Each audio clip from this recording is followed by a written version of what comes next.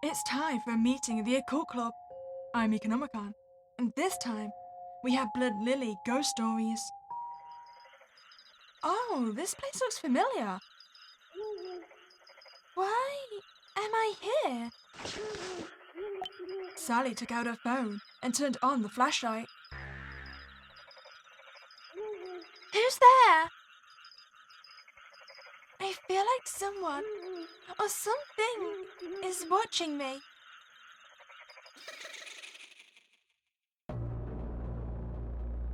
Huh?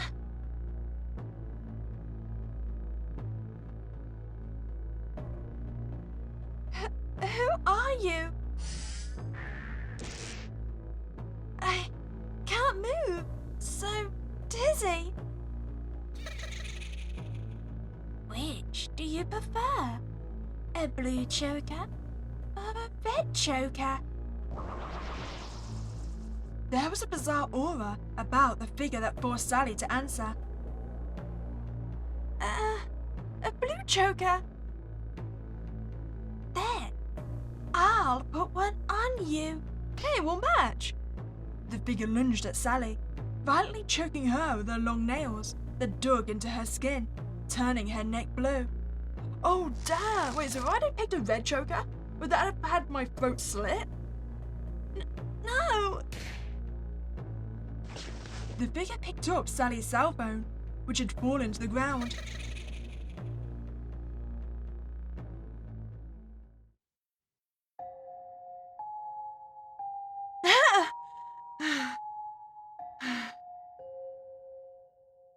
Sally got murdered. Why would I have a dream like that? Zora reached for her phone and saw it was 8 p.m. on April 3rd. A message from Sally. Wiseman, what time is the gathering for Fatal Stories tonight? I guess even a punctual person like her can forget these things sometimes. 10 p.m. to 4 a.m. the next day. Got it! See you at the campus entrance. Looking forward to tonight's ghost stories. Something about Sally seems odd today. Maybe she's nervous too. We're all going to exchange scary stories tonight after all. Azora, her full name, Azora Wiseman, is president of the Nigeria University Occult Research Club. The other club members call her Wiseman. She loved stories of the supernatural ever since she was little and had always wanted to have a ghost story gathering with her friends. Tonight, her wish will come true.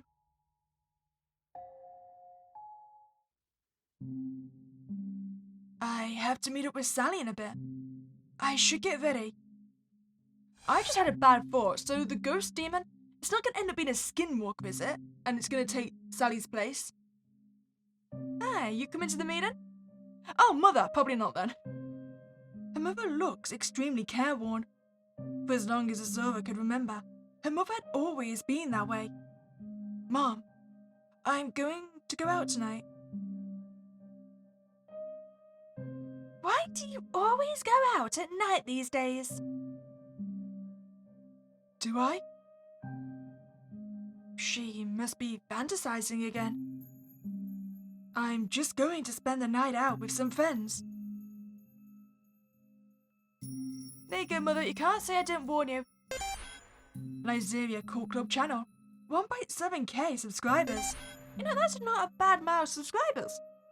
Review. The Duke of Zhao's interpretation of dreams. 30 views.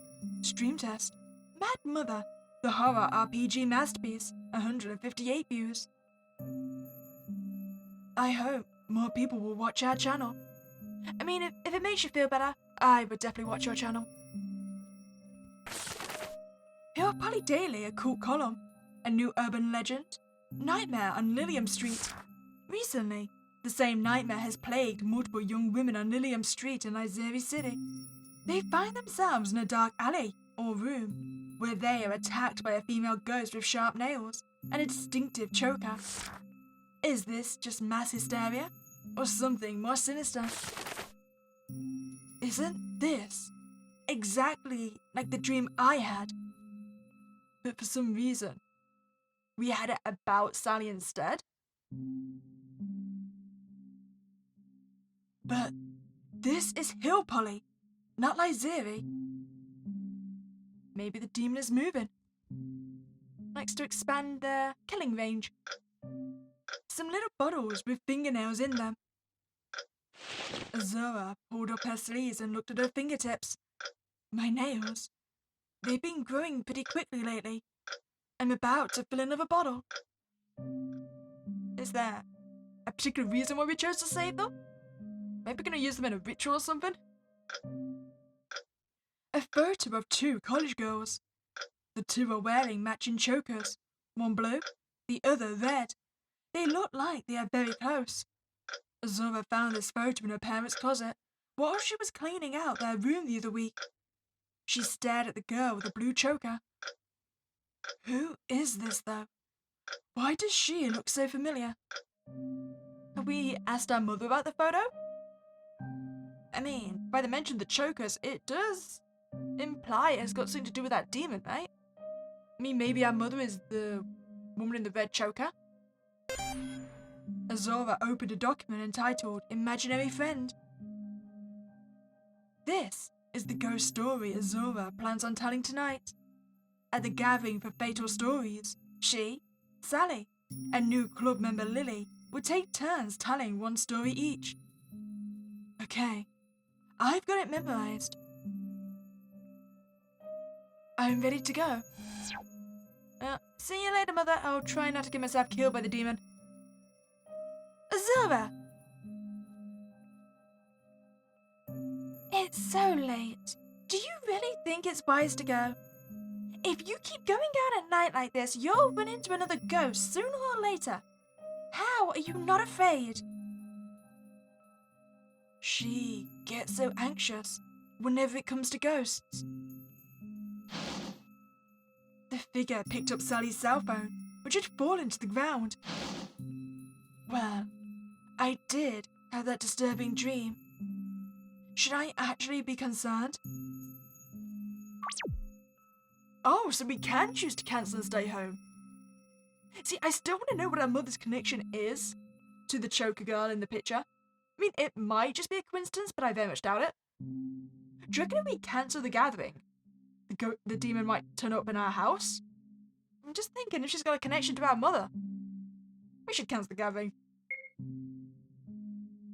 I feel awful doing this to Sally and Lily, but Azura contacted both to apologize and cancel the gathering. After that, more women fell victim to the nightmare on Lilium Street, with reports of actual fatalities. Some had their throats slit with sharp nails, while others were choked to death. Azura did feel sorry for them, but was also glad that she hadn't gone out that night. Otherwise, she might have become one of the victims herself. Okay, but the question is, did Sally become one of the victims? Like, was our dream an actual vision? I definitely went to sleep in my bed last night. Why do I keep waking up on the sofa? Wait. Azura pulled up her sleeves and stared at her fingertips. My nails, they grew again. Whatever, I'll just clip them. Azura started to trim her nails. It had become something of a laid-back, everyday routine. As long as she didn't go out at night, she would never fall victim to the female ghost. A quiet life was all she wanted. The happy end. Azura Wiseman just wants to live quietly. Wait, so the implication there is that she might be the demon ghost girl? I mean, if her nails are going that quickly, like to the point of being sharp and could slit throats? I mean, maybe she's not the one committing the crimes. Maybe she's biologically related. Like, could the woman in a blue choker be our mother's sister, our aunt, baby? Huh. Interesting. Sorry, Mother. I do need to go to this meeting. I'll try not to die, yeah? Got it. See you at the campus entrance. Looking forward to tonight's ghost stories. Mom, our club's having a big event tonight. Exchanging ghost stories with friends has been my dream for a really long time. You're so much like someone I know. I can see it's useless trying to stop you. Her mother took out a scented sachet and handed it to Azura. What's this? The sachet itself wards off evil. Keep it with you. Then if something abnormal actually happens, open it up. You'll find something useful inside. Sure. And remember to cherish your friends. Huh? Okay. She's making such a big deal out of this. Azura called a cab and arrived at her university at 9:30. I guess we're the first one here. Sally is not here yet, huh?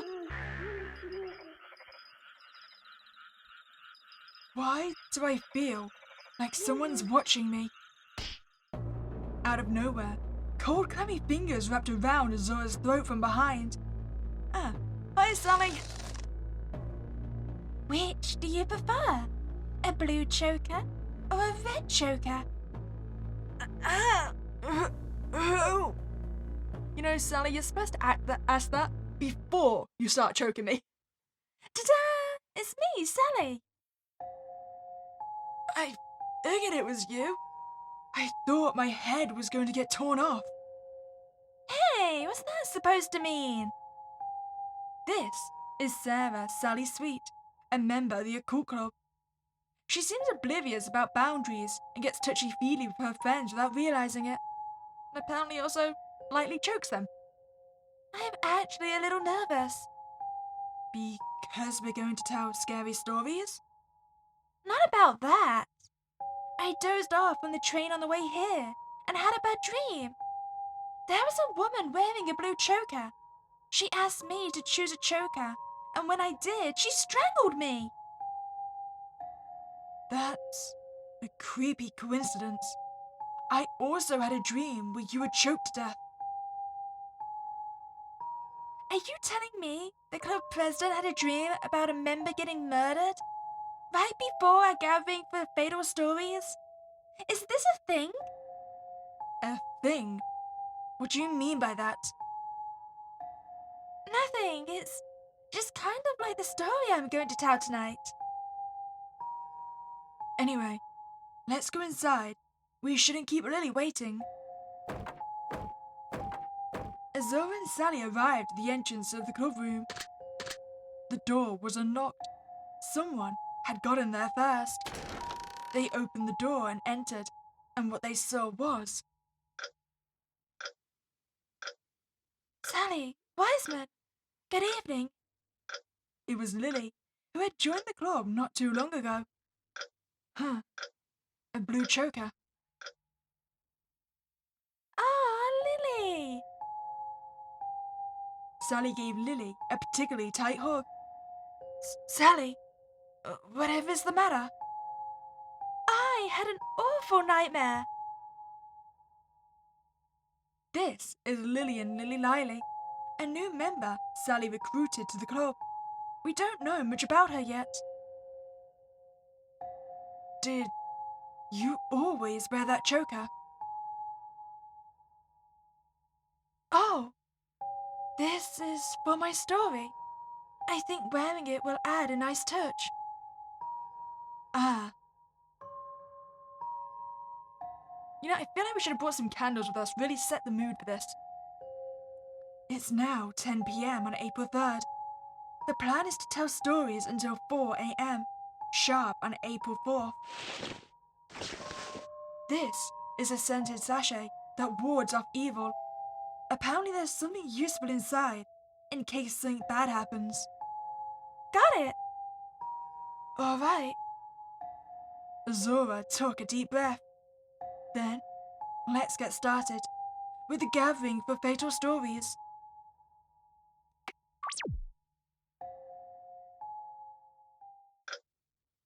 So, Who wants to go first? Wait, does this mean the demon's gonna have a story as well? Shall I go first? Very well. Have the two of you heard about the nightmare plaguing girls lately? Right here on Lilium Street. What? You both had the same dream? Oh my! How very relevant. Well, in the nightmare, a female ghost with a blue choker and sharp fingernails appears and chokes her victim to death. So, it's no wonder that people call the ghost Miss Choker. They said, once you hear about Miss Choker, they will appear in a dream. After that, you must tell someone else about her as soon as possible. Otherwise, you will actually meet her and the nightmare will come true. In other words, the nightmare is a curse in itself that will come true if you don't pass it on. Wait, so she's a chain letter? However, the further the curse spreads, the more it benefits the ghost, because the ones who love it most when people tell ghost stories are the ghosts themselves. So does this work like the demon on It Follows? So if someone doesn't pass it off and they get murdered, it goes back to the previous person? Because that could end very badly for people. Like if you don't know the person you passed it on to died, it could very quickly kill you without you even knowing to expect it. Have you ever felt as if someone was watching when you were listening to a ghost story? That isn't just your imagination. When a ghost hears someone talking about it, it appears. And now, we're telling ghost stories. Do you know what that means? Maybe right now, behind your back, there's a ghost watching you. What? You ask how I could possibly know this? Because my classmate experienced the curse firsthand.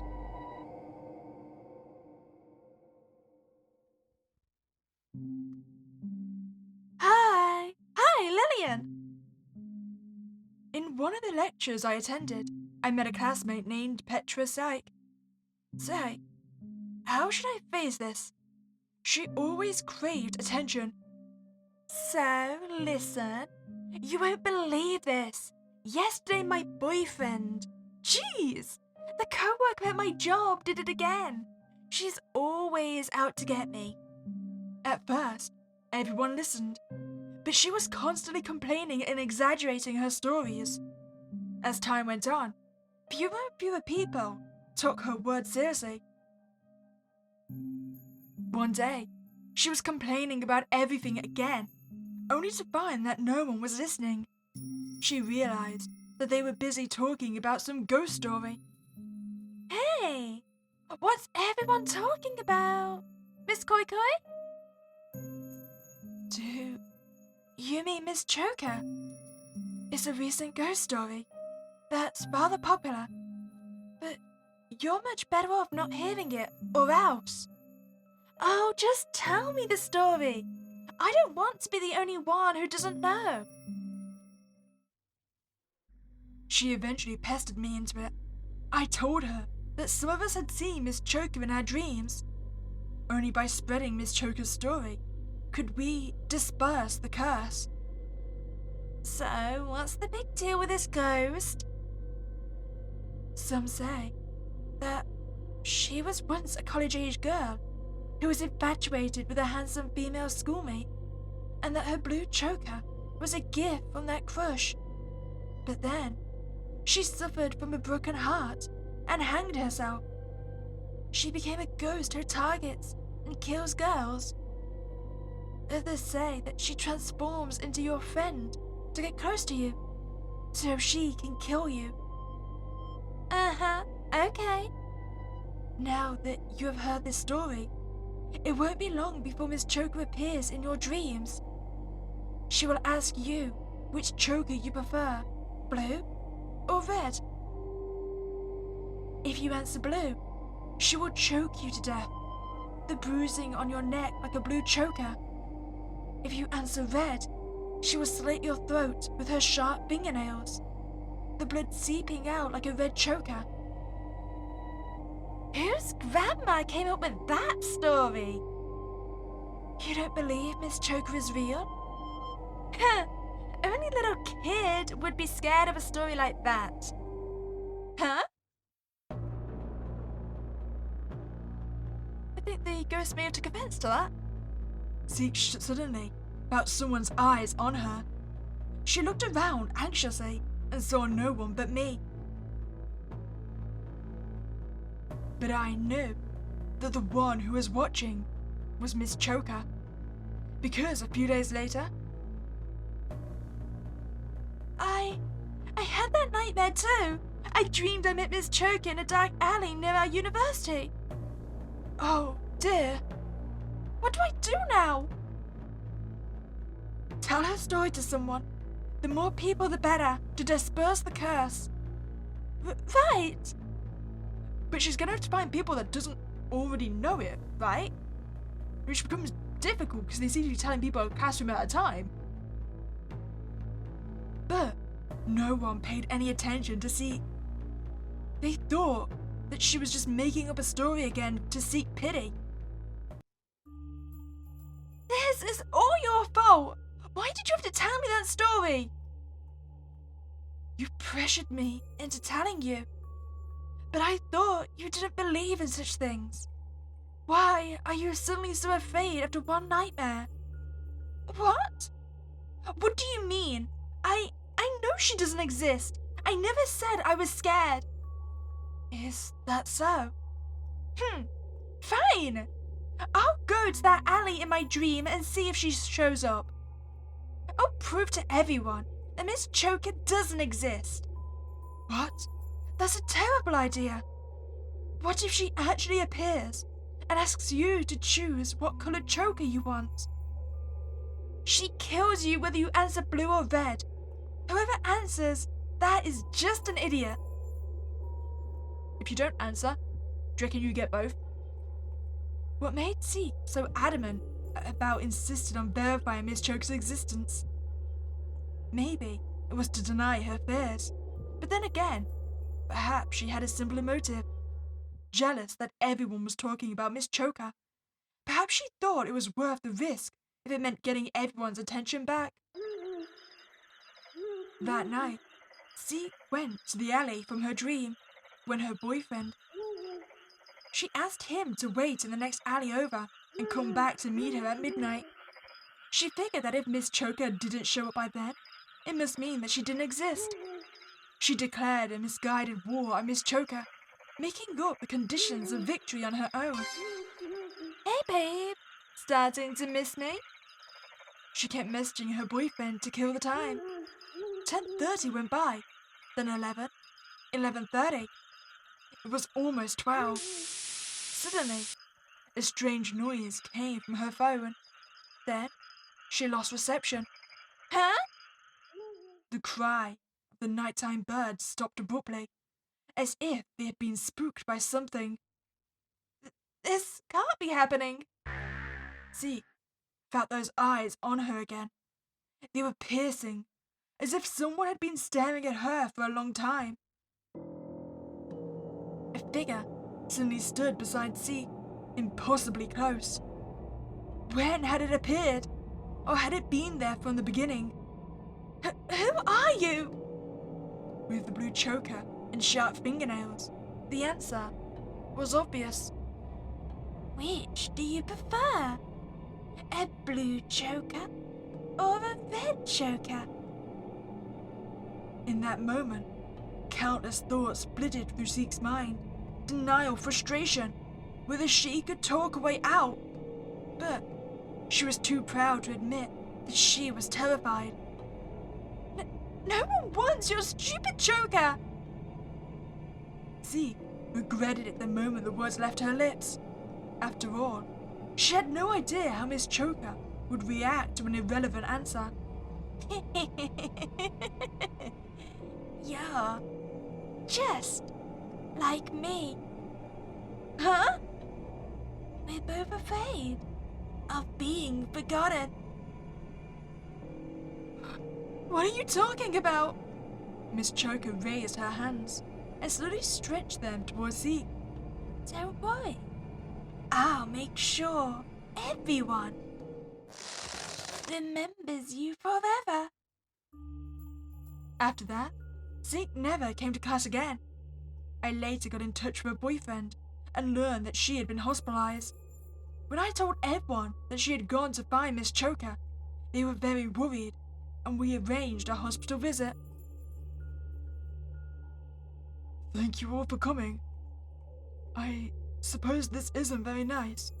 We have so much attention on Zeke. Wouldn't you agree she had her wish come true?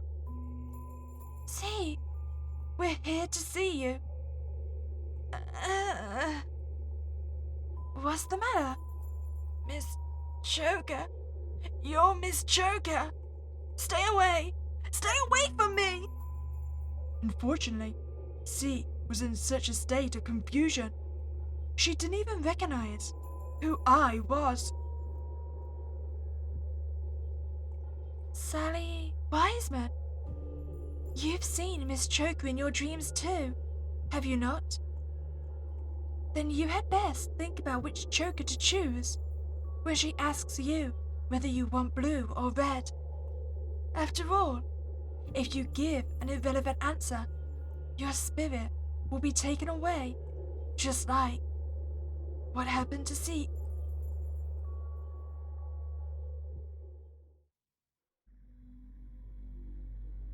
Something seems wrong. If what befell Zeke is true, how could Lily have known what happened that night?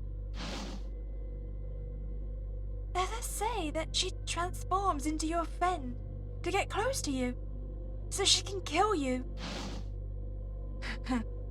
What am I thinking? This is the end of Zeke's story, but Miss Choker's story is just beginning. Huh? Azura and Sally suddenly felt someone's eyes on them. Telling ghost stories attracts ghosts, because ghosts love getting attention from people. Perhaps Miss Choker is already here in this club room and is just dying to ask. Which do you prefer? A blue choker or a red choker?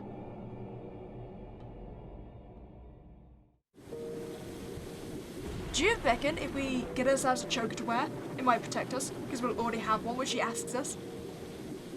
I mean, it could be why Lily's wearing one. If 3 ghost stories are told, a real ghost will appear when she'll hear about Miss Choker. This is something I heard from a friend. A nightmare on Lilium Street.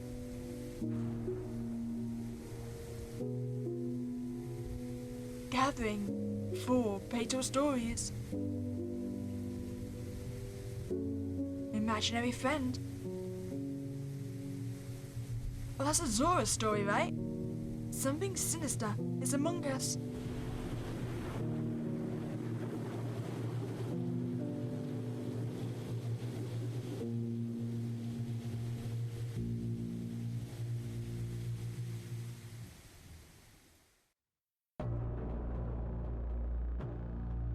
Everyone in the room fell silent, and Lily's question lingered in the air, unanswered. Before Azora or Sally had a chance to respond, all of a sudden, Lily thunked her head down on the table. Ew! That was exhausting. I don't usually talk like that. What? Well, did I make you feel chills? Hold on. So you only asked that question for the horror factor? Azura breathed a sigh of relief, then asked Lily how she knew the details of that night. Oh, see, afterwards, any girl looked like Miss Choker to her. But she still managed to talk with guys to some extent. It was her boyfriend who gathered what had happened out of her, bit by bit. Ah, makes sense. I really thought you were Miss Choker earlier. Oh my! I suppose I successfully set the mood for horror then. Seeing that Sally and Lily had started to chat, Azora glanced at her phone. The time was 11 p.m. on April 3rd. Let's take a break before starting the next story.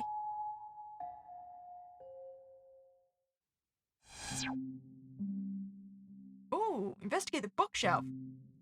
No, I want to investigate the bookshelf first. April 3rd to 4th, 2000X. Occult Club Journal, the 8th gathering of fatal stories. 1. Dab Sog, told by Nyad, an evil spirit that Hmong believe in.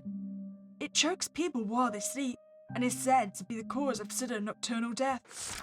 2. Red Cloak, told by President Hyde, a phantom with a white mask and a red cloak who asks, which cloak do you prefer, red or blue?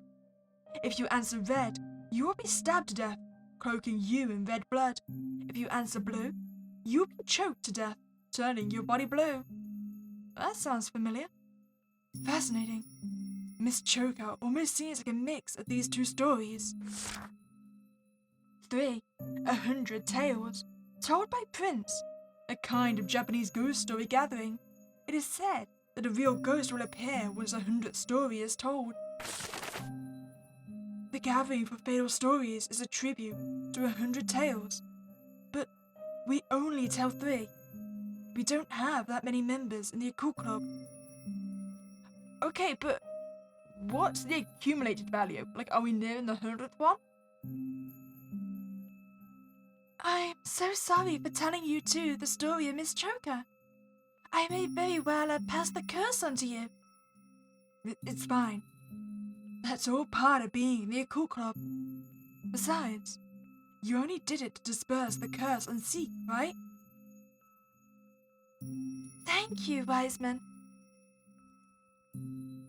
Have you been following any online streams lately? Hi everyone, VStreamX here.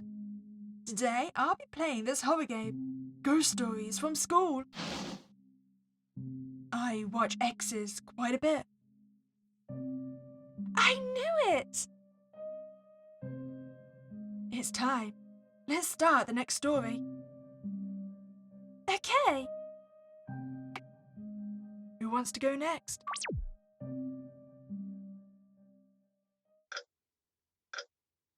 Oh, it's Sally's, yeah?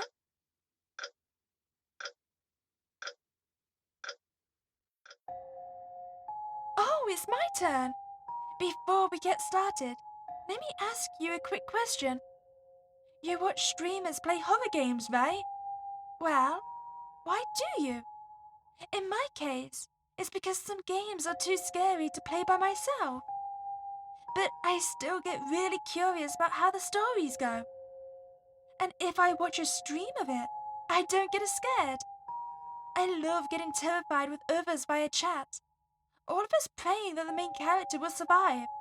It makes me feel so connected to everyone. And I think that's similar to how people watch horror movies or listen to ghost stories together, you know. What I'm about to tell is a ghost story about listening to ghost stories together. It's about the Occult Club's annual event. Yes, that's right. Mine is about the gathering for fatal stories. The name's a bit of a mouthful, so let's just call it Fatal Stories.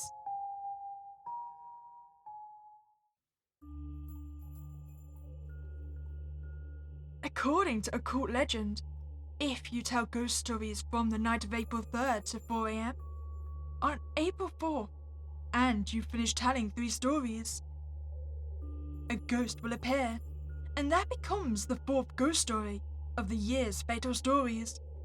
Of course, the legend is just a legend. No ghost was actually summoned last year, nor in any year prior going way back. But there was one exception.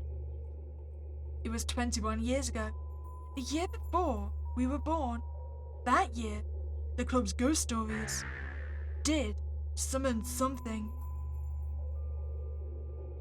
The last name of the Occult Club president at the time was Hyde. We'll call her that. I managed to contact her and get her to agree to an interview. I met Hyde, who seemed kind of anxious and washed out. Before she spoke, she stared into space for a while, and only then did she begin to tell the story of what happened that year.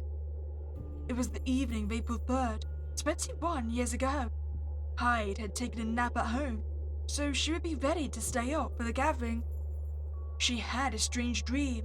In it, a club member's throat was slit open. There was another member, Niad, in the dream. Niad sat straddled over the victim, her long fingernails stained a bloody red. Hyde jolted awake and rushed to call the two who had been in her dream, except her phone had no reception. She had no choice but to head to the club room as originally planned.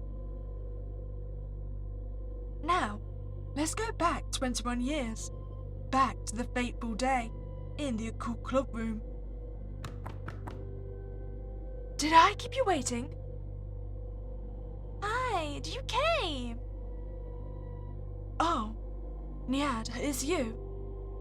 Niad was the one who had slit the other member's throat in the dream.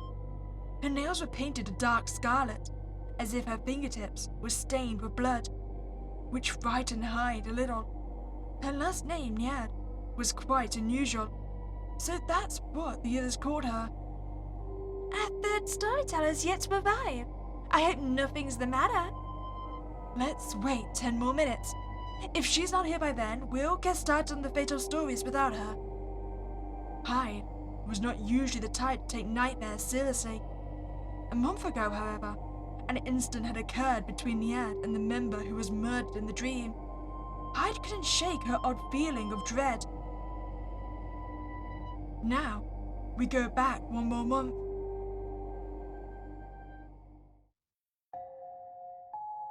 Only 1 month left until the night of the fatal stories. True. Niad had yet to join the occult club back then, so the club had just 2 members, Hyde and a girl named Carmen Prince. Carmen was considerate and charming, like a princely girl straight out of a manga. So, of course, all the girls called her Prince. Oh, and another thing.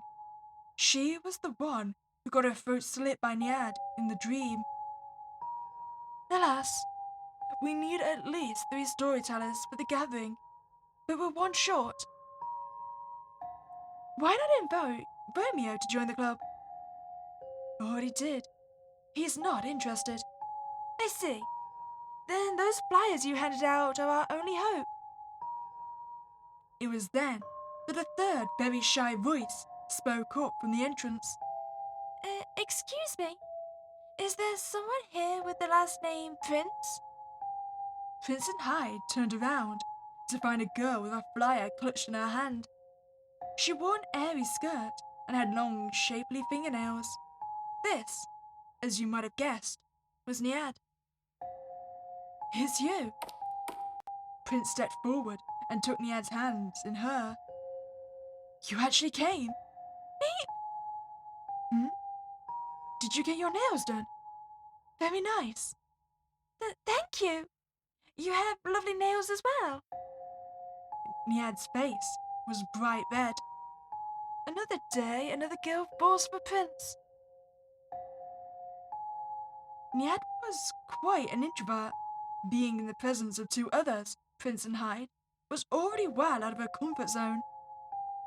Noticing Niad's unease, Prince suggested that the 3 of them do research together to get ready for fatal stories. She then taught Niad how to write out chilling ghost stories. Prince also went out of her way to chat with Niad, so that she would settle into the occult club faster. Thank you, Prince. Hmm? I mean, do we know what our mother's name was? I'm just thinking that the purple hair does kind of look like our mother. And it does seem like Niad is going to fall for Prince if she hasn't already. Ah, it's nothing really. No, it's not. It's something for me. What do you mean? People usually forget about me in my department, no matter what event they're organizing. I always feel like an outcast. I see. Joining this club was a big step for me. I've been able to do so many new things in the occult club. Researching urban legends, collecting local folklore. I've never felt such a sense of accomplishment. But most of all, I got to be friends with you and Hyde. The occult club is where I belong now. Prince was touched. She took Niad's hands and pulled her in, their eyes locked, closer than ever. Niad, Prince? thank you for enjoying our club. That's so great to hear. Oh, honestly, why are you like this? Later, Prince told Hyde of the little exchange, and Hyde couldn't help but call out Prince's behavior in her mind. You oblivious flirts!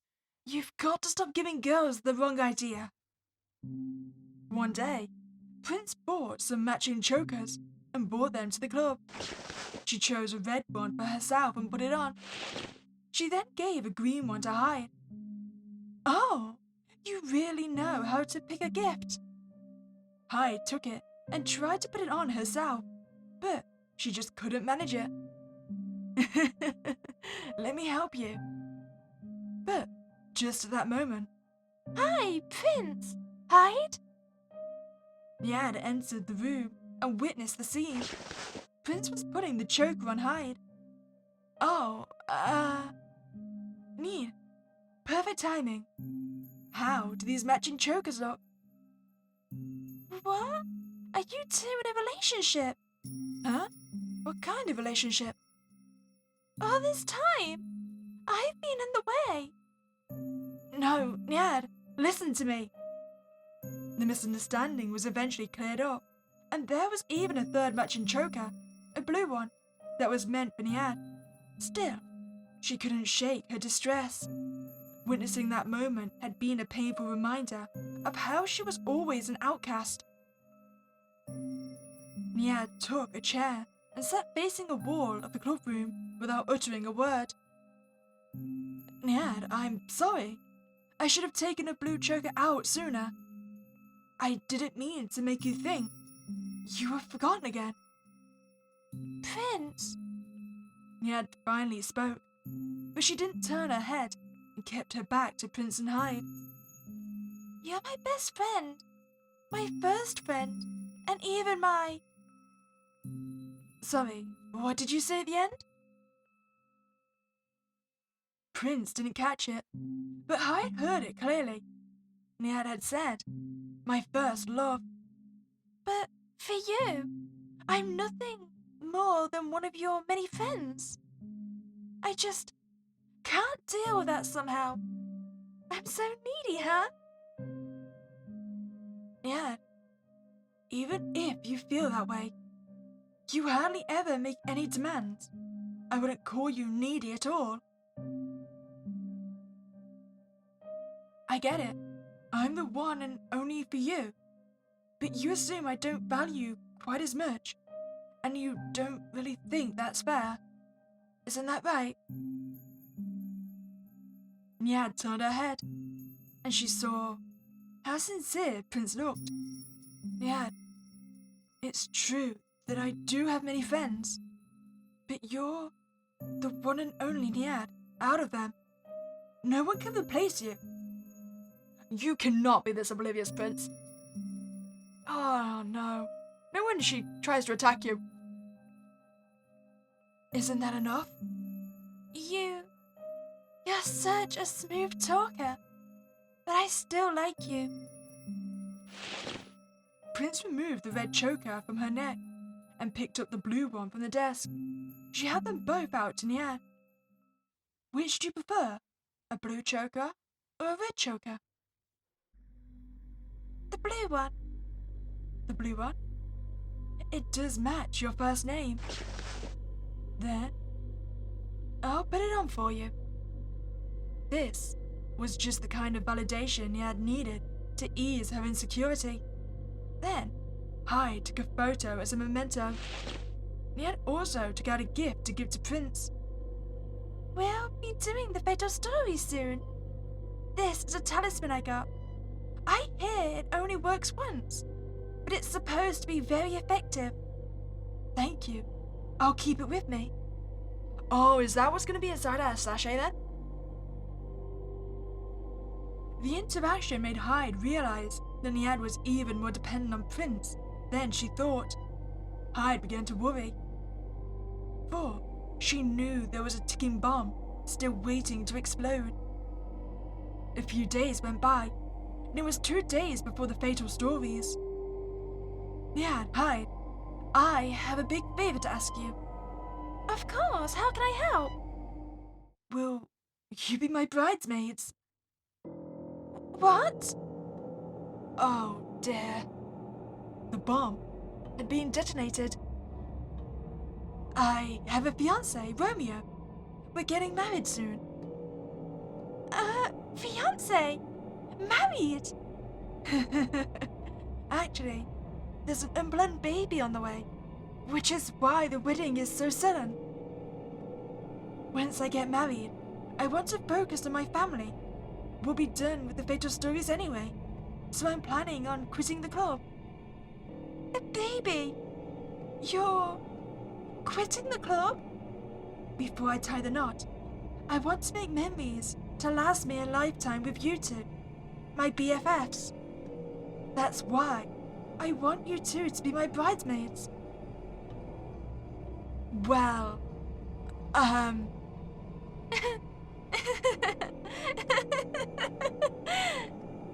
Niad? Niad turned and staggered away. Where are you going? In 2 days, it will be time for the fatal stories. I'll prepare. The most frightening ghost story ever. Now, we return to the day of the gathering in the club room. Now, you see why Hyde was so bothered by her dream in which Niad murdered Prince. Time passed, and Prince still didn't arrive. So, they had to start without her. Niad told the story of the nightmare, dubbed Zog, and Hyde was finishing up her story. That concludes the story of the Red Cloak. What an interesting phantom.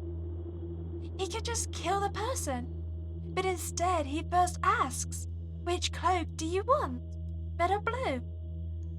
That's what makes him memorable. True. He must be afraid of being forgotten. Just like me. It was 3 o'clock. Hyde tried to call Prince again, but she still had no reception. Hyde had no choice but to end the gathering. But just as she was about to do so, the door to the club room opened, and in came. I'm so sorry. For some reason, my phone had no reception. Oh! Hyde breathed a sigh of relief. You're finally here. Romeo was supposed to pick me up and give me a ride to school, but he kept me waiting. Huh? Hyde gave Niad a quick glance.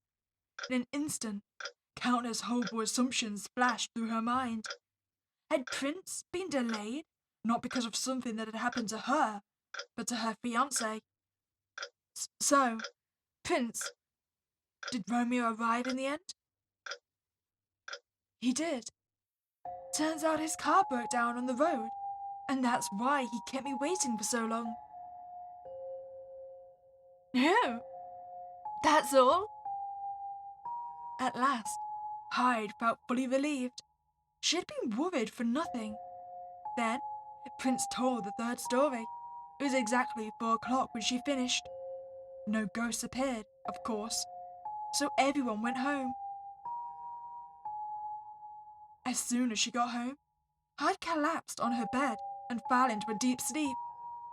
She had never slept so soundly. But only a few hours later, she received a frantic call from Prince. Have you seen the news? Hyde yawned. What news? Niad, she hanged herself in her apartment. What? Hyde reeled at the unexpected news. Did they manage to resurrect her? I don't know how to say this, but the police have determined Niad must have been dead for 2 days. But that's impossible. Then who came to the fatal stories? What was that? Legend has it that if 3 ghost stories are told at that gathering, a real ghost will appear and become the 4th story. And at that year's gathering for fatal stories, they did gather 4 fatal stories.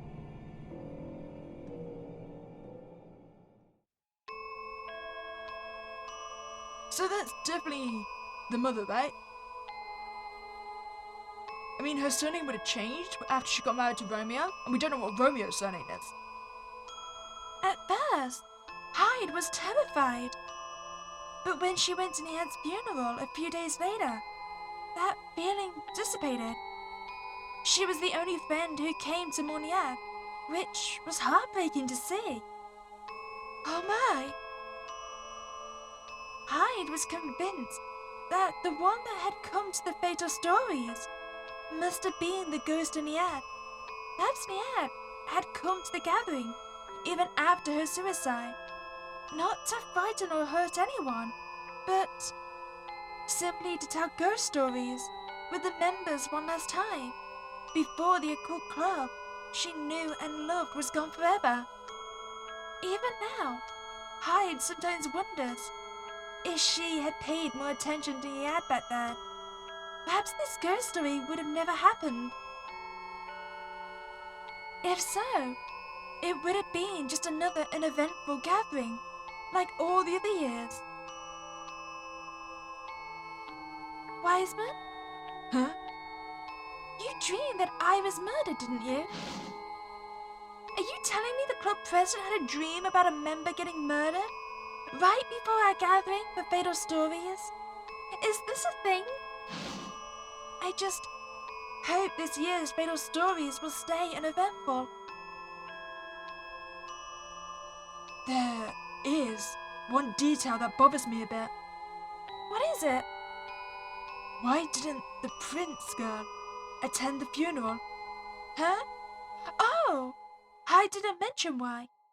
Maybe Prince felt so guilty that she didn't attend. Why? What's the matter? Nothing. It's just that Carmen Prince, she's...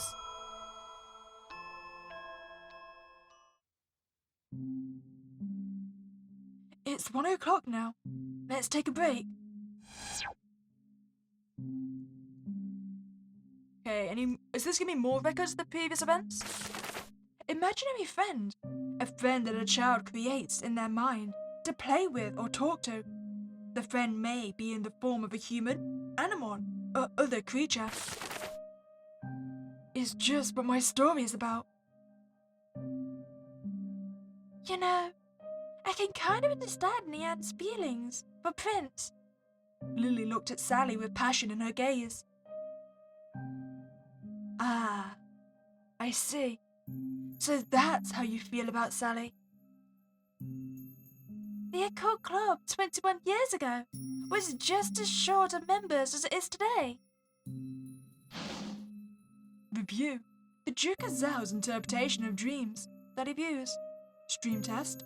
Bad Mother, the horror RPG masterpiece. 158 views. Ah, and there's the previous prince. You know how we've tested streaming a couple of times. Maybe we could plan something like a live ghost story event so people can get to know the occult club. Maybe it could attract new members. Break time is over. Now it's my turn. I can't wait to hear it.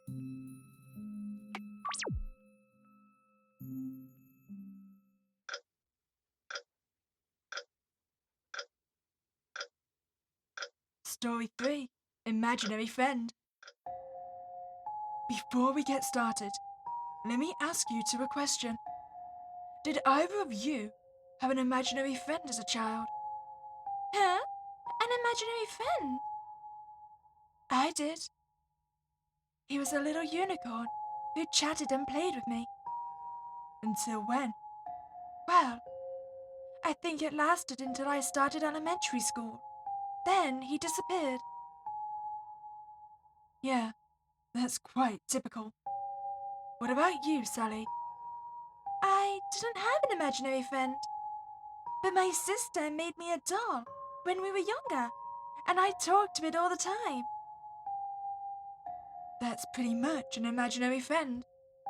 Anyway, I only ask because the story I'm going to tell is about an imaginary friend.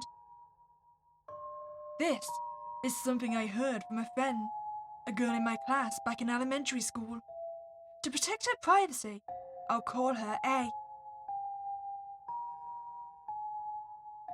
When A was a child, she also had an imaginary friend, a big sister. Some say that children create imaginary friends to ease their loneliness. It was true that A was an only child, and for a time in her childhood, she had been very lonely. Luckily, when she had her big sister, she had someone there every night to tell her bedtime stories.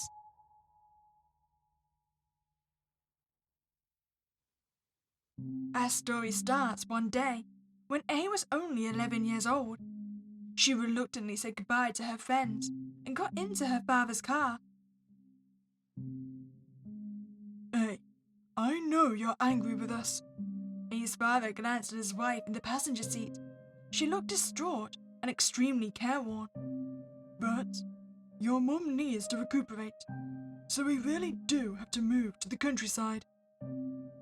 I know. And so the family moved to Hill Polly, and A transferred to an elementary school there.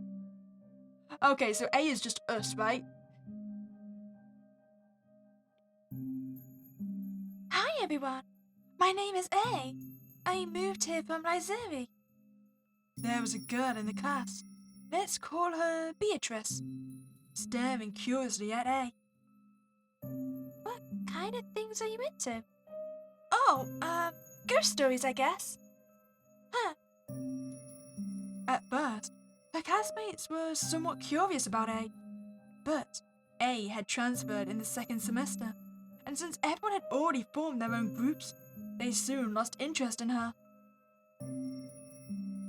After school that day, A saw Beatrice chatting with a boy in their class. Let's see. We'll call the boy Celio. Hi. What are you two talking about? About Hill Polly Ghost Story? Cannibal Boy. A was instantly intrigued. It said he sealed away a mint candy house. Don't tell her that. Do you want her to get cursed? What? A, I don't mean to exclude you or anything, but I swear you don't want to hear this ghost story, especially not an outsider like you, or else the ghost will really come and find you. Okay. Feeling left out, A went home in a bad mood. On the way, she passed by a dark alley where she encountered a stray dog barking at her, which made her mood even worse. If we hadn't moved, none of this would have happened. A began to miss her friends in Izeri. It's all Mum's fault. She took me away from everyone. But your mum needs to recuperate, so we really do have to move to the countryside. Yeah, of course, I know. Just then, A saw her mother looking dazed at the dining table, unaware that A had come home. A averted her eyes and headed into the study. In the study were some books of ghost stories, including titles such as Carmilla, The Tale of Tamamizu, Strange Tales from a Chinese Studio, and more. Whenever A was in a bad mood, she would go there to find a book to read. This time, a journal with a tattered cover caught her eye. As she flipped through, she saw that it was a record of many ghost stories.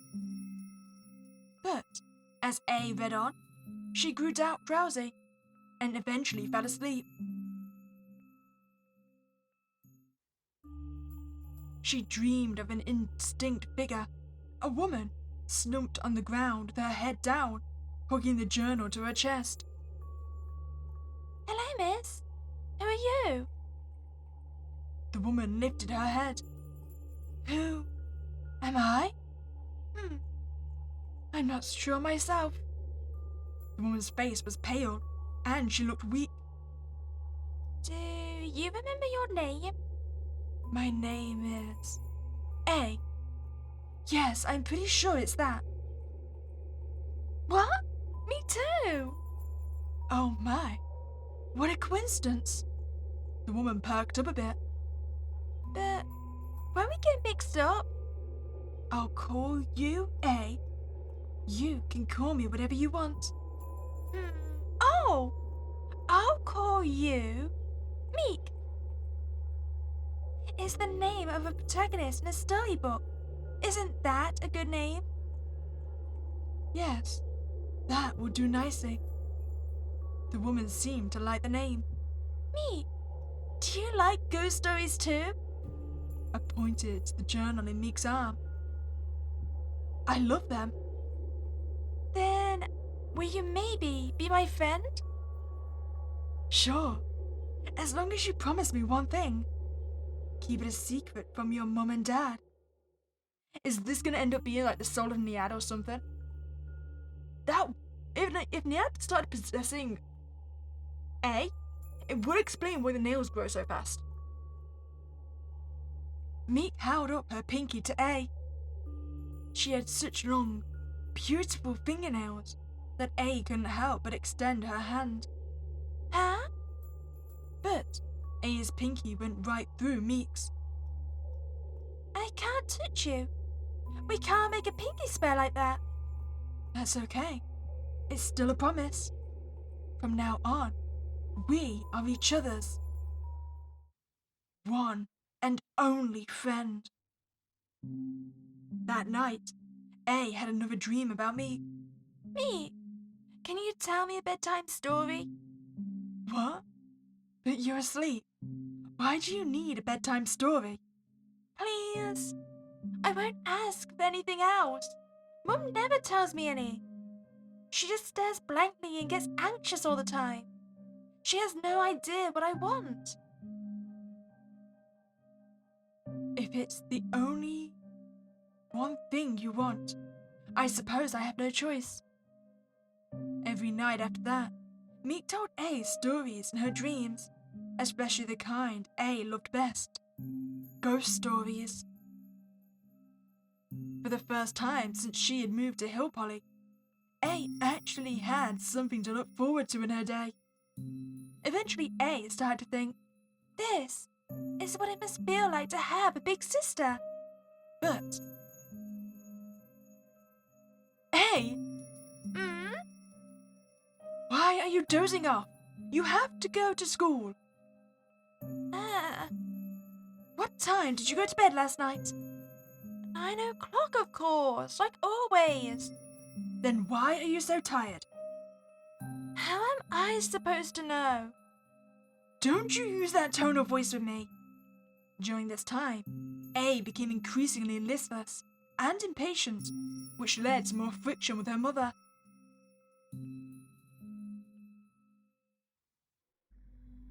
Huh? Meek, What? did you always wear that choker? You just noticed. Well, I couldn't see you clearly before. And it's only 9 o'clock. Why are you here already? Don't you have to wait until I'm dreaming? Never mind, such little details. In contrast to A, Meek's complexion seemed better by the day. What story do you want to hear tonight? The one about Dab Sock. I think I already told that one. Then the red cloak, or the 100 tales. We've done those as well. But they're so interesting, especially the 100 tales. I want to have a ghost story gathering like that someday. And when I do, promise me you'll join. I could do that, but we'll have to prepare. Ghost stories first. So wait, am I technically the one that unleashed the demon onto everyone? So technically, because I'm the one that first made contact, right, and seemed to be feeding it power. A few days later, Meek followed A into the study. Originally, she could only move around in A's room, but now she could go elsewhere. They did research together, and A tried to write a ghost story on her own. Jeez, when I actually try to start writing, my mind goes blank. There's no rush. I once had someone teach me how to write. You don't have to write a ghost story from scratch. Just combine some old stories and make some adjustments. Really? Who is this someone who taught you? To be honest, I don't remember. But let's just try it out. Okay. You mean like combining the red cloak and Dab's sock? How? Maybe the red cloak can appear when you dream, like Dab's sock, and then choke you. And which part would you adjust? I thought for a while, and her eyes wandered to Meek's face and neck. I know! I'll change the phantom to a female ghost and switch the question about the cloak to a choker. A then pretended to choke someone, imitated the red cloak in her mind. Which do you prefer? A blue choker or a red choker? Meek suddenly froze, as if struck by lightning. What's wrong? I remember. I remember who taught me. Suddenly, there was a knock at the door. Eh? Who are you talking to? Oh, no! Keep it a secret from your mum and dad. Just talking to myself. You talk to yourself a lot these days. What's going on? A took a quick look at Meek, but Meek was gone. A was suddenly annoyed that her mother had interrupted her happy writing time. None of your business! Why can't you leave me alone? Again with the attitude. At that moment, another person's voice came through the door. Honey, it's probably just an imaginary friend. Lots of kids have one. It's nothing. Are you sure? Thanks to her dad, A's friction with her mother didn't escalate any further. But now that she had come up with her first story, something stirred in the depths of A's heart. I want more people to know about my female ghost story. If you answer blue, the female ghost will choke you to death.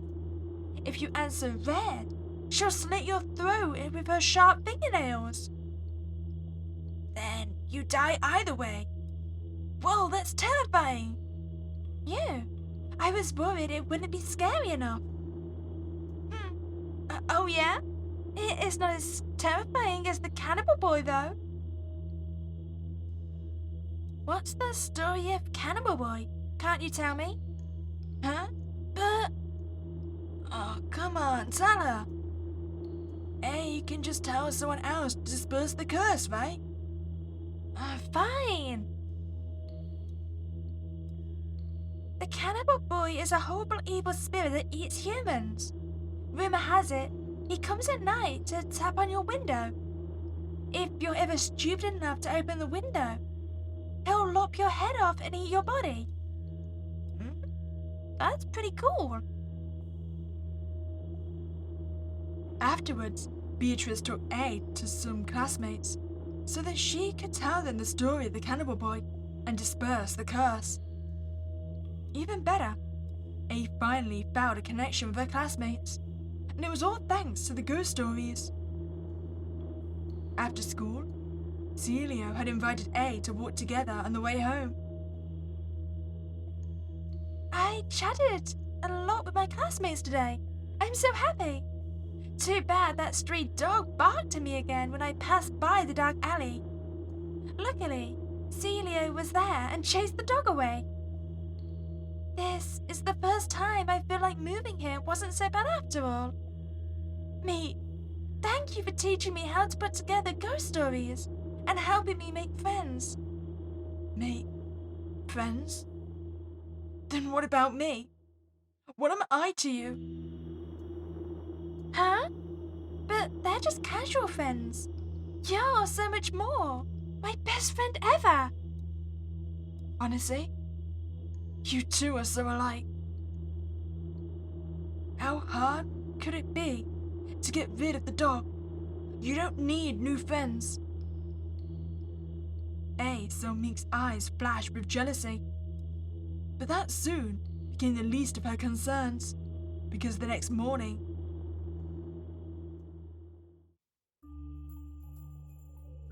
A? A! You're asleep on the sofa. Couldn't bother going back to bed after sneaking out last night, What? But Ow! A felt a sharp pain in her palm. She took a close look. Wait, how did my nails get so long? It appeared she had stabbed her own nails into her hand. You haven't answered my question. Are you even listening? I know you've been staying up late recently, talking to yourself in your room instead of going to bed. And now you're sneaking out in the middle of the night? What do you mean, sneaking out?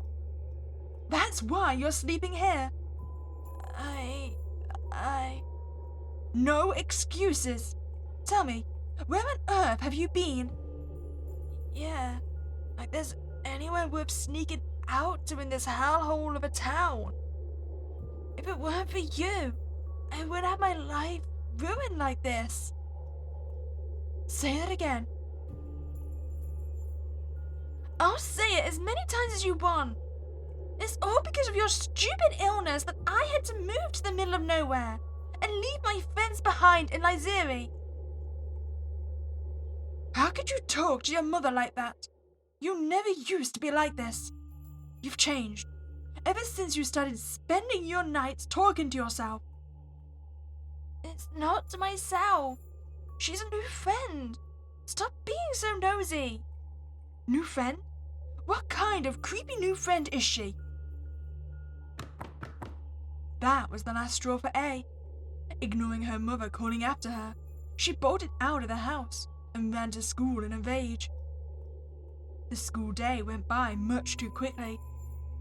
A stayed behind at her desk, staring at her long fingernails. She was confused as to why she was sleepwalking and was still angry with her mother. Boo! Ah! A whipped around. There was only Beatrice and Celio. What was that for? You're free tonight, aren't you? We're going to go up the mountain where the cannibal boy sailed. A test of courage, you know. And your house is on the way. You in? I'm super prepared, too. I got a few amulets ready. I am just not in the mood today. Sorry, I want to go home early. Huh? Oh, wait. Do you have a curfew? You have a curfew? Yeah, so you're a mama's girl, huh? Just having argued with her mother that morning, Mama's girl felt particularly offensive. I am not! Oh yeah, bet you are. Or maybe you're too much of a wimp. For all you say about loving ghost stories, when you might meet an actual ghost, you're scared silly. Pretty pathetic. Hey, Celio, don't take it too far. A could put up with being called a mama's girl, but being accused of having a fear of ghosts crossed a line. A stared at Celio's throat and suddenly felt the urge to choke him. What am I thinking? After a moment, A shook off the urge. Are you two done? She averted her eyes and walked away. Whoa, hey! What's her problem? On the way home, A came to the dark alley she always had to pass by. Stupid dog, you better not mess with me today. Perhaps the stray dog sensed A's anger, for it was nowhere to be seen. Either that or Meek killed it. Hey, Meek. Uh-huh. Today sucked. It started with my mom acting all hysterical, and then my classmates were so annoying I couldn't stand it. What did I do to deserve this? Really? That's horrible. Meek took A's hands in hers. You see, I'm the only one who's on your side, no matter what. Huh? Since when can you touch me? Meek, are you really an imaginary friend, or... To be honest, I'm not sure what I am either. But it's starting to come back to me. You look a lot like someone I once knew. Someone I loved very much. She would never be mine. Meek entwined her fingers with A's and pulled them up for a look. She also had such beautiful fingernails. The first time I saw them, I almost wanted to collect them. Fingernails? Meek suddenly put her face up against A's, so close their noses were almost touching. Save your fingernails for me, won't you? Oh, so that explains the jars we have. A's heart skipped a beat. Okay.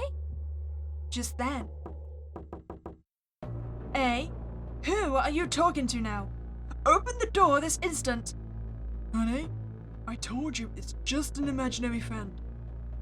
Who still has an imaginary friend when they're in 5th grade? It's something more sinister, I just know it. A, if you don't open the door, I'm going to force it open. She's gone hysterical again. I glanced over at Meek, but Meek was gone, just like last time.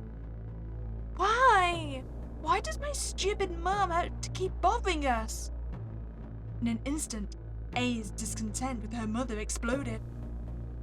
Remember this morning you accused me of sneaking out? When I totally didn't?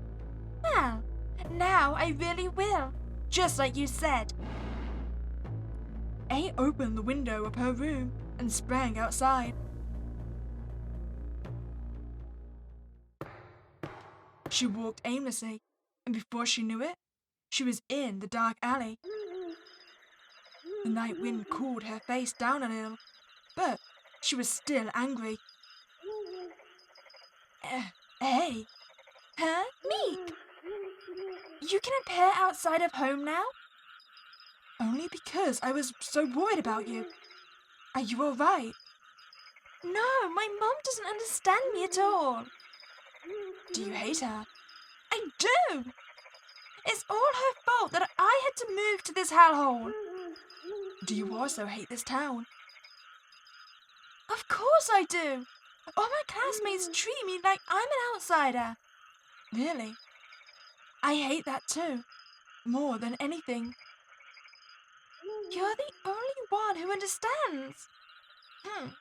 Everyone else, I wish they'd just die.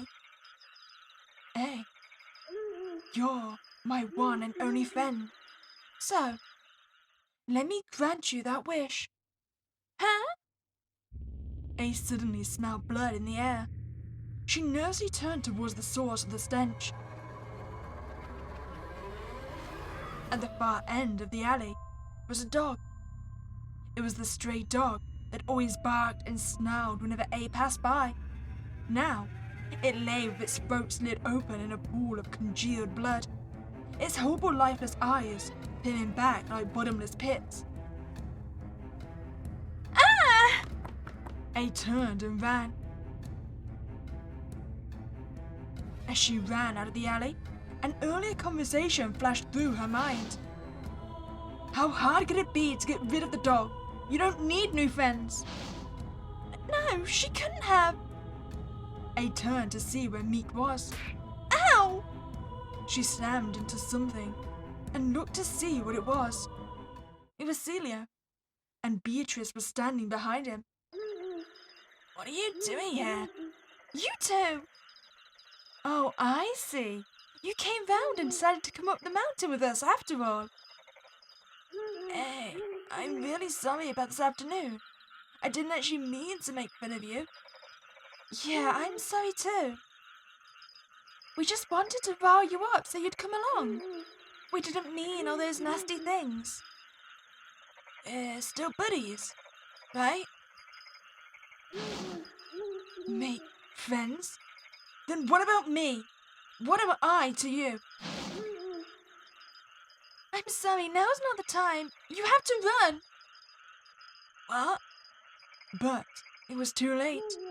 Suddenly, all three felt someone's eyes on them. The gaze was piercing, as if someone had been staring at them for a long time.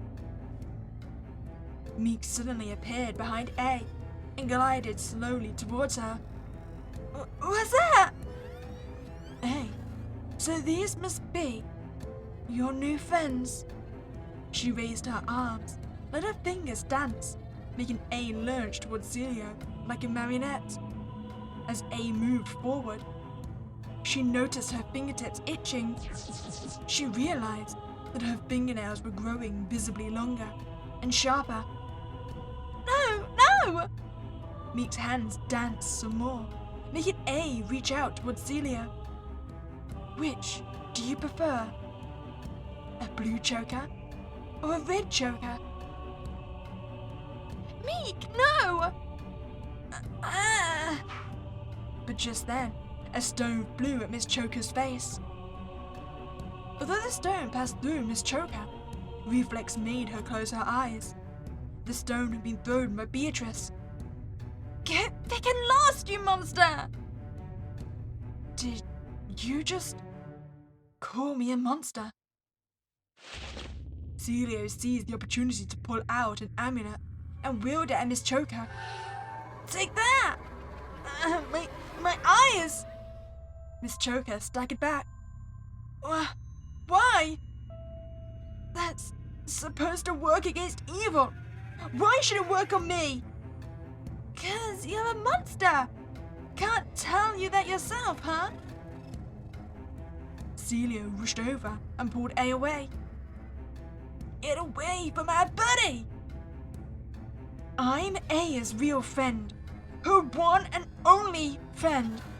Not a monster! Miss Choker lunged at Celia, ready to strike with her sharp nails.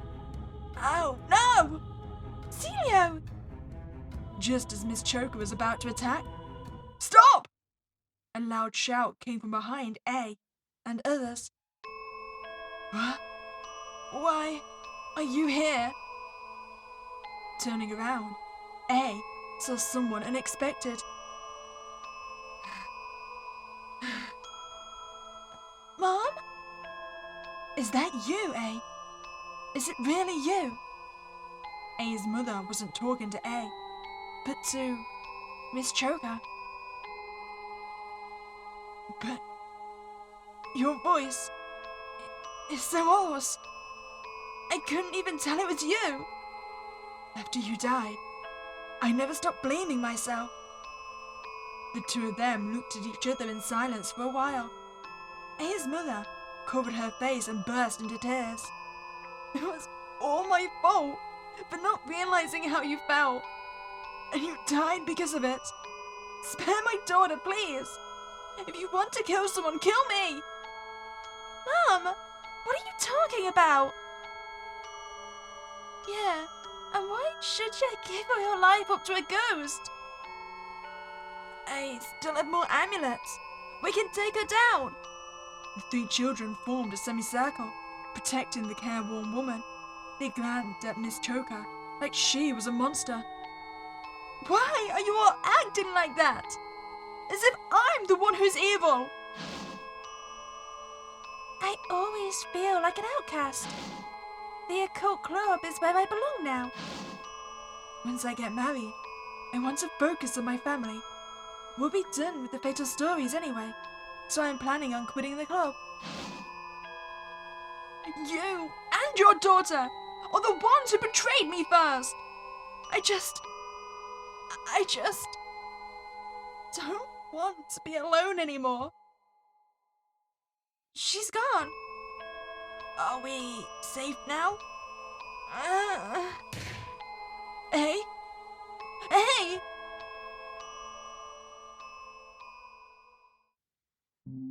When A woke up, it was already the afternoon of the next day. Her mother had called the school to report her sick. Did you first dream about her after reading this? A's mother held out a book. It was the journal of the occult club. Yeah. I thought so. A's mother withdrew a photo from its pages. It's her. Her name was A. She was a dear friend, but she committed suicide. And you're named after her. A's mother wanted to burn the photo, but couldn't bring herself to do it. In the end, she put the photo in a box, wrapped it up, and stuffed it deep in the master bedroom closet. And with that, A's imaginary friend finally disappeared. From then on, A could remember nothing about the other A. But why? Which do you prefer? A blue choker or a red choker? Meek, no! Lily, you once said that if you give an irrelevant answer, your spirit will be taken away. Maybe the reason A lost her memory was because a part of her spirit was taken away. After all, whether Meek was a ghost or an imaginary friend, she was still an important part of A's childhood. Losing Meek in the A's childhood would be missing a piece forever.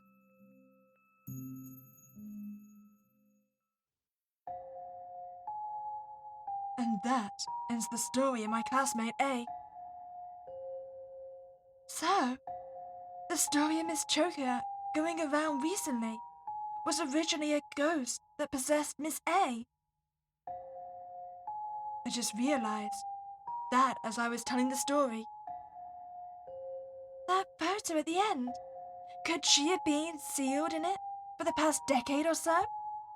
Perhaps someone broke the seal, somehow, and she reappeared. That's probably what happened. Wait, Wiseman, did this really happen to A? Yes. Why? According to the story, A had two friends in her class, Beatrice and Celio. If you were in the same class as A, could that mean you're Beatrice? I mean, based on my name alone, I'm gonna say no. Come on, Sally. I expect better from you in this situation. But that doesn't make sense. Only A and the ghost knew what they did when they were together. And the day after the ghost went out of control, A forgot everything about the ghost. She couldn't have told Beatrice about the details. Sally is right. Then, Wiseman, who really told you this story? Sally and Lily suddenly felt someone's eyes on them. Wiseman? If you're not Beatrice... Legend has it that if 3 ghost stories are told at the gathering, a real ghost will appear and become the 4th story. Who are you?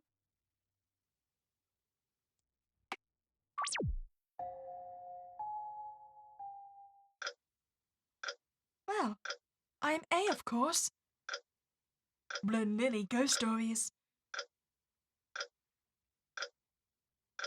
Come to think of it, I found something in Mum and Dad's closet while I was cleaning out their room the other week. A photo of 2 college girls. What? This story came to mind when I saw that photo. I couldn't remember whose story it was, but I felt like I had to tell it. I surprised myself that I knew so many details. But that must mean... My name is Azora. Yeah, I think it's Azora. What? Me too. I must be A. If you're A, then Meek's seal has been broken, and now... It's 4 o'clock. Ah! No wonder. It felt like someone had been watching us since the first story. That was because someone had been the whole time. As Sally said this, the three of them turned together to look in the same direction. Is that you? And being right here from the very beginning? They finally realized the fourth storyteller of the fatal stories had been here from the beginning. You're the Nightmare on Lilium Street, Miss Choker, and Wiseman's imaginary friend Meek. Oh, Should we call you Azora Nyad? it's my turn to tell a story. 21 years ago, Azora Nyad despaired over her requited love for Carmen Prince. She then hanged herself and became a ghost possessing the photo. Years passed, and she met Carmen Prince's 11-year-old daughter, Azora Wiseman. They became friends and made a promise to hold a ghost story gathering someday. After that, it happened just like in the stories you told. So, you're responsible for terrorizing the girls in this area with nightmares. You even choked Zia close to death. Why did you do that? Let me ask you a question. When does a dead spirit like me die? When I resolve and finish business? When I get exercised? The answer, of course, is neither. I die when I'm forgotten. Even well-known ghost stories like Dab's Sog and the Red Cloak will fade and disappear altogether once they are forgotten. And I hate being forgotten more than anything.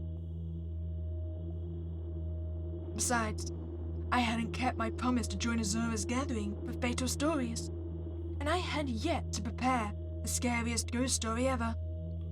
Until then, I wanted to stay fresh in people's memories. If it meant I could do that, I was glad to become a new ghost story. Miss Choker. Me. Azora, I kept my promise. Why didn't you keep yours and treat me as your one and only? Wait, listen to me. Sally and Lily, they're... But none of that matters now. Huh? What matters is that the real ghost has already appeared, and the fourth ghost story is about to happen. Ah! Sally? I can't move. So dizzy. Just like that nightmare before. My fingertips, they itch. Are Wiseman's fingernails growing longer? What? Wiseman? My body is walking towards Sally on its own. Let's start with you, Sally. Which do you prefer? A blue choker or a red choker? There's no point in staying silent. You already answered in your dream. You wanted a blue choker. I manipulated Azora as I had done before, making her reach out and choke Sally, her long fingernails digging into her neck. No! Stop it, me! Get off of me! Oof. She pushed Azora away. How did she manage to resist?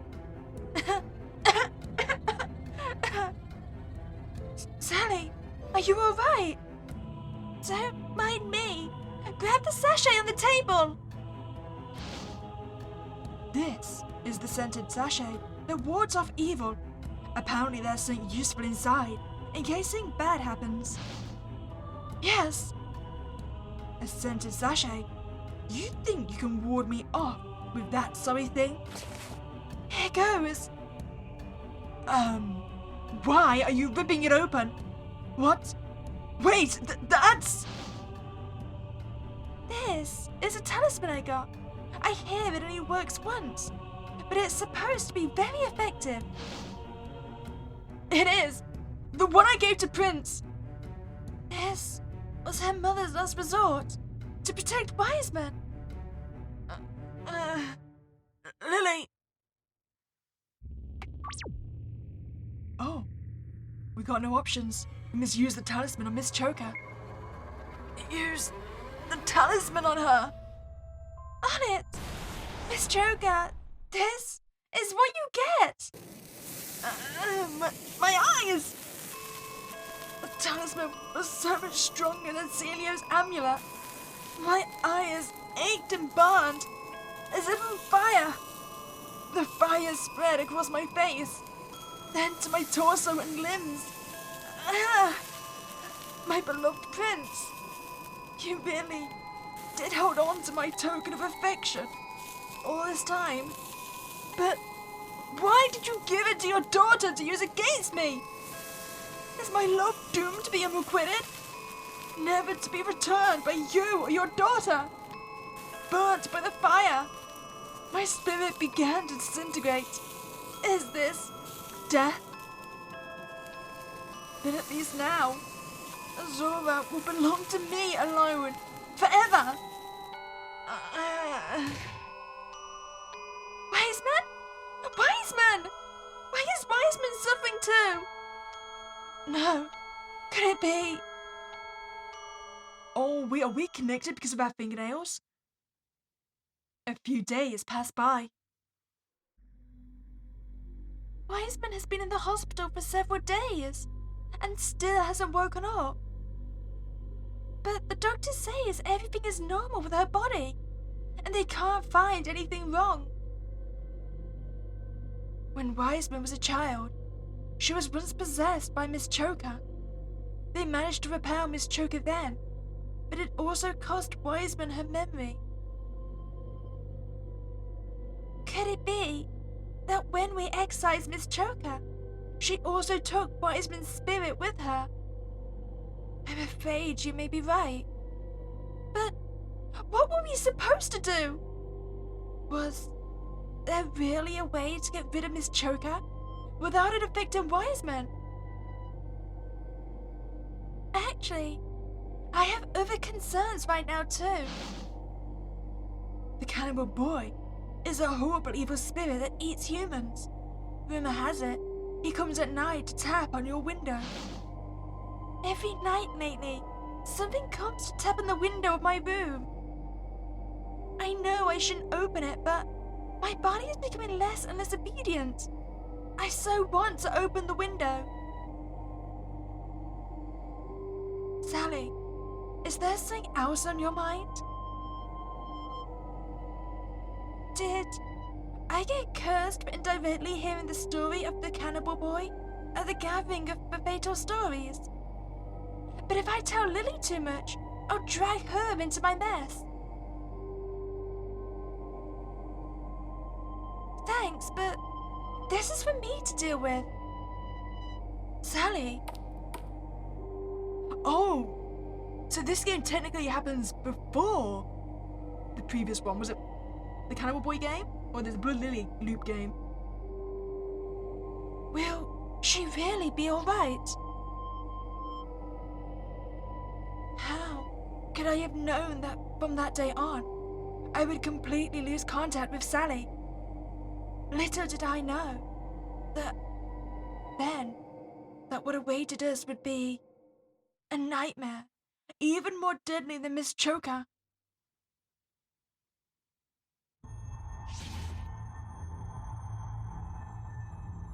If I remember incorrectly, didn't Sally die? I believe in one of the... Was it the Blood Lily Loop game?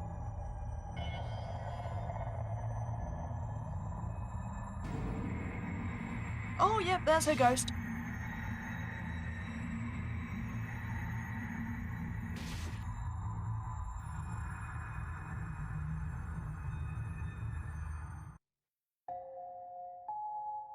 We got the bad ending. The curse gets passed on. So I'm assuming now we've got this ending, we should get a secondary option, right? So we won't immediately just use the talisman. Oh, perfect, it has. So we just gotta go back and test it.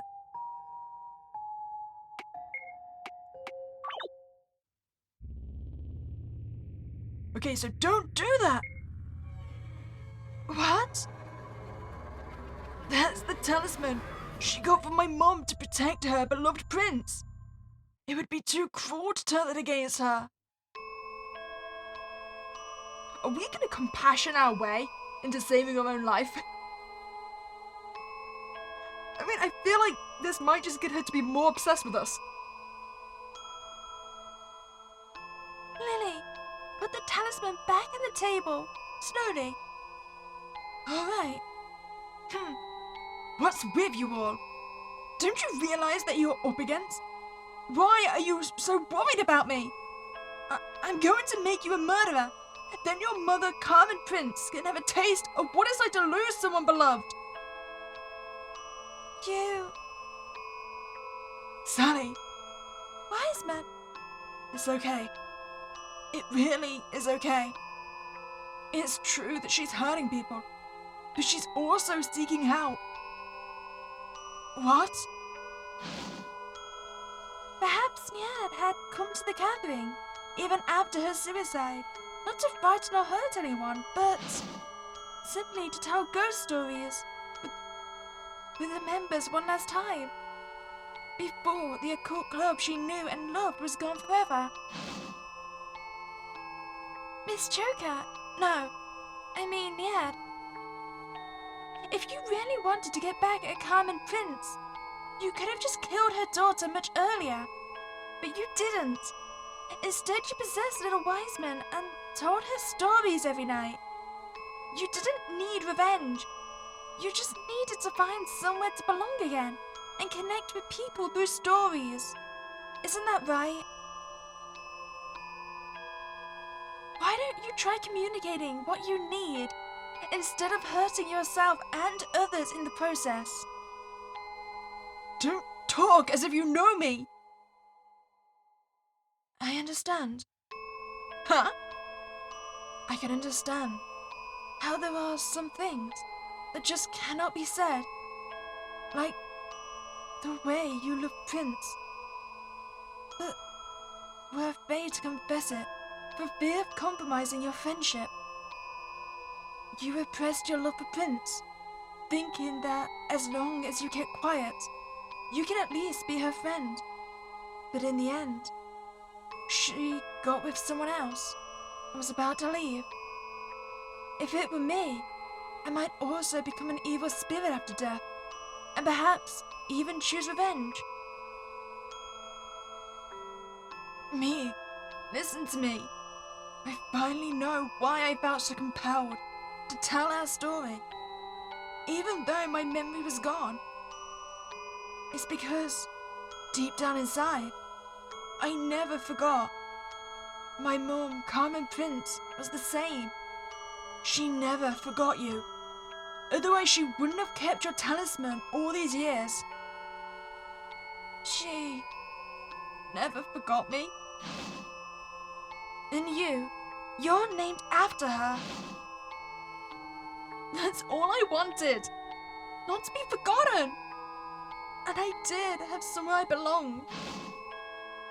She then taught Nyad how to write out chilling ghost stories. Prince also went out of her way to chat with Nyad, so that she would be settled into the occult club faster. There's no rush. I once had someone teach me how to write. How did I end up like this? Spare my daughter, please! If you want to kill someone, kill me! Where did I go wrong? How could I have become such such a monster. Azora leaned forward and wrapped her arms around me. I don't want to judge where you went wrong. I just want to say, you're not a monster. If I were the protagonist of this story, then you, Meek, would be the narrator who completes it. You have some nerve. You never treated me as your one and only, not ever. But you're the one and only who made bedtime fun and taught me how to write ghost stories. How are you not my one and only? Isn't that enough? You're such a smooth talker. You and your mother. I suppose I have no choice.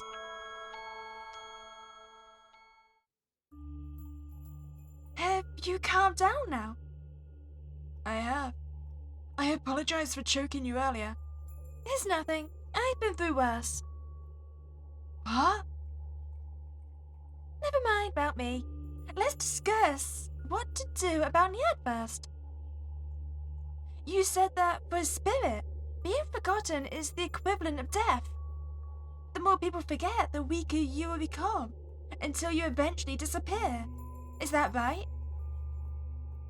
Yeah. But she shouldn't go on giving people nightmares, or asking scary questions in dark alleys, like she's done so far. Seeking attention by hurting others will just lead to the same mistakes. She wants to connect with people without hurting others. Well, that's easy. She once found a place to belong in this occult club. After all she has to do is recreate that. Zora, what do you mean?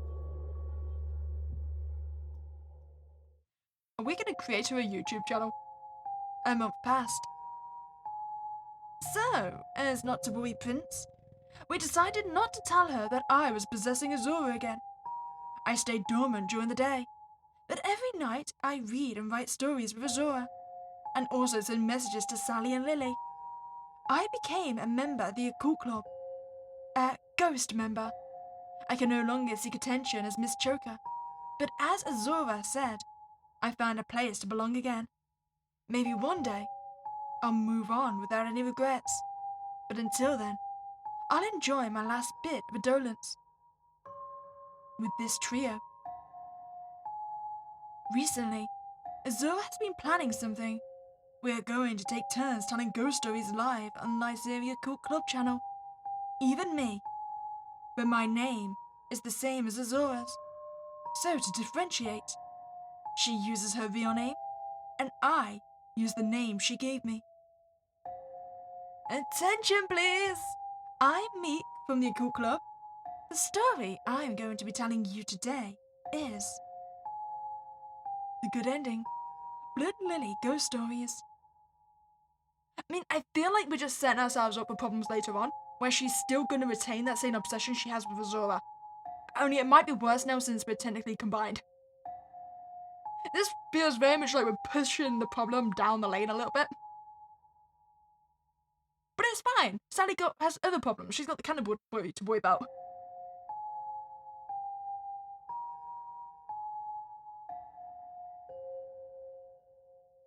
I do like that basically all of this has happened simultaneously. I feel like I need to do myself like a map though, just to keep track of all the timelines and the storylines. So who's doing what when. Well, I hope you enjoyed your time here. If you did, please like this video and subscribe to this channel. And have a spooky day and I'll catch you next time, guys.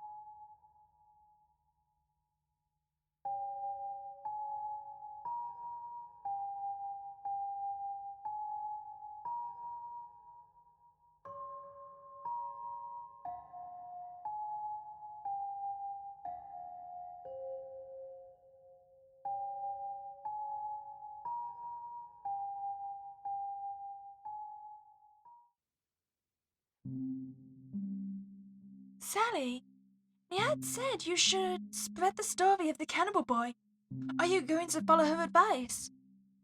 I will. On the channel. I'll also encourage listeners to tell it to others to disperse the curse. I suppose that causes trouble for more people, but it's the only way to ensure our safety. Yeah. If we really met the cannibal boy, we wouldn't be able to handle him. What's wrong? What are you thinking about? We get along with Nyad well enough now. But that night, she really did choke you. Why were you so quick to forgive her? Oh, well... You know how I said I had a sister? We were inseparable, but then we had a falling out and never made up. In the end, all I have left is the doll she once made me. I couldn't stand seeing Azura and Nyad suffer from a misunderstanding when they used to be like sisters. All I could think about at the time was how they could make up. I couldn't care less what Nyad did to me. I see. I hope you and your sister can also reconcile someday. Yeah, one can hope. Excuse me a moment. Lily took out her phone and saw that it was Azura calling. Why, hello, Wiseman. Hey, Lily. I was wondering, have you ever heard of Mount Amora? They said if someone invites their crush on a trip there, they'll get to become a couple. Why, yes, I have. In fact, but why did you ask? Well, Lily, I just so happen to have 2 tickets for a trip there. Now they're yours. You should invite Sally to go with you. Wait, I don't... What? I don't understand what you mean. Oh, don't play dumb. You obviously have a crush on Sally. All right. But at least let me pay you for the tickets. No need.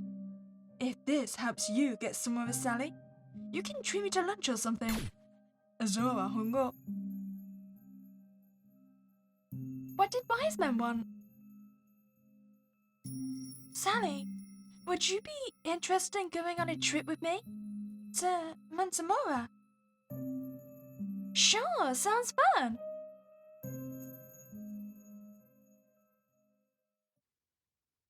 I was elated and nervous, but little did I know just what awaited us at Montemora. Ooh. I mean, I get the feeling that Sally doesn't know that this is supposed to be a get-together. Oh! Are we gonna slasher killer this time?